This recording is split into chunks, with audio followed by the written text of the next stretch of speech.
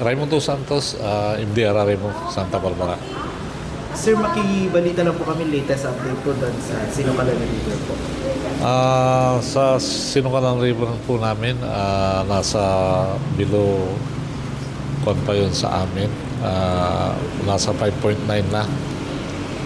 Ang critical level namin is 6.2 at saka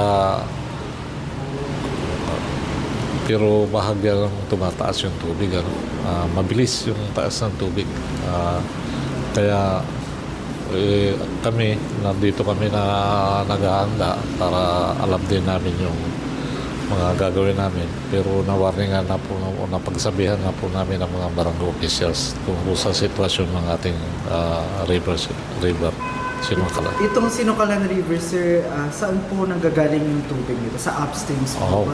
Oo, tama, sa taas ang nagagaling, pero nung minomonitor din namin ang bagyo kasi sa taas, parang mahina pa yung ulan. Kaya kami din, nagtataka din kami kasi alam nyo naman, nag-release ang San Roque, Bis sa mga tao ng San Roque, yung mga sa kanila, hindi daw kami affected. Pero kada nagre-release naman sila ng tubig, tumataas naman yung tubig namin dito. Yan, ilang taon na namin inoobserbahan.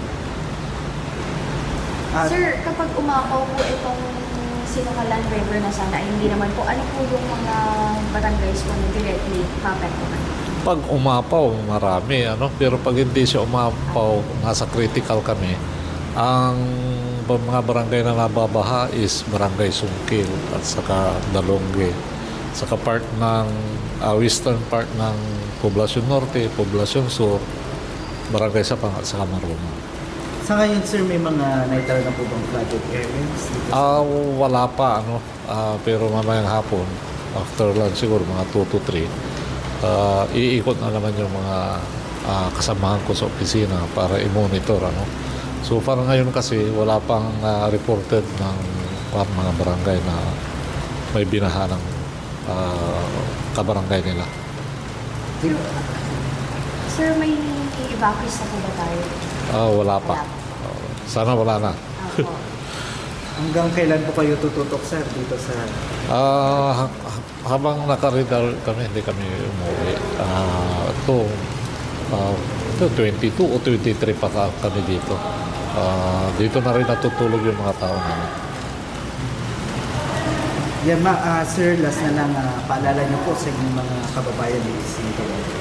Okay, sa mga kababayan natin, taga Santa Barbara, tumataas po ang tubig. Ingat po kayo. At kung kailangan ng lumikas kayo, huwag nyo na pong hintayin na magiging grabe po ang sitwasyon para lahat po tayo magaan po ang ating mga trabaho. Thank you so much, sir.